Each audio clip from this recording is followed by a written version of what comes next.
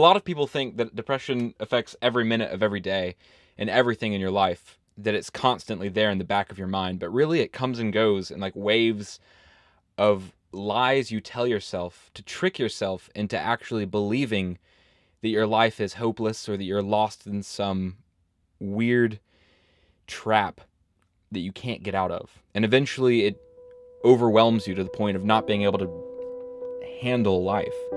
Not even the most simple day-to-day tasks like getting out of bed. Some days you just stay there thinking it's not worth it.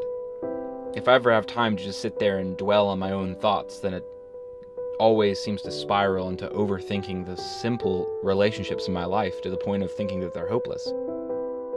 Work, especially, can be really awful in that way because you're stuck in a place where you're forced to think, but unable to react to what you're thinking.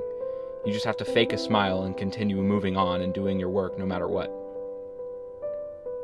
Around sophomore year in high school, a lot of stuff all happened at once. One of my friends committed suicide. My family was not going through anything serious, but we were just losing a lot of relationships in our lives. And me personally, I lost several really close friends all at the same time.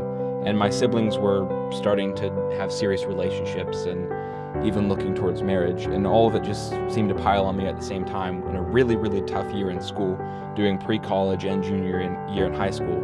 At that point, when it all caught up at one moment, it just got overwhelming. Self-abuse seemed to help. It made maybe me punish something for all the pain I was feeling, and just doing that through more pain. Eventually, I realized that it was incredibly selfish of me to do that, and that it hurt more than just me. It hurt the people around me, not just because they had to watch me go through it, but because of the way I treated them. For a time, I really did contemplate suicide, but thankfully, I honestly have to say this, that because I had a friend who committed suicide, I could never do it because of the friendships that I did have. Sadly, those friends were hours away, and I only got to see them during the summers at a summer camp, but they were there for me. I spent almost 2 years lying to the people around me, the people who were closest, telling them I was okay, or I just needed prayer, or someone to be there for me. But really, honestly, I could have used a counselor, someone who's there with me day in and day out, almost a therapist, someone who could help me work through the problems I was facing and helping me to realize the things I believed were complete lies.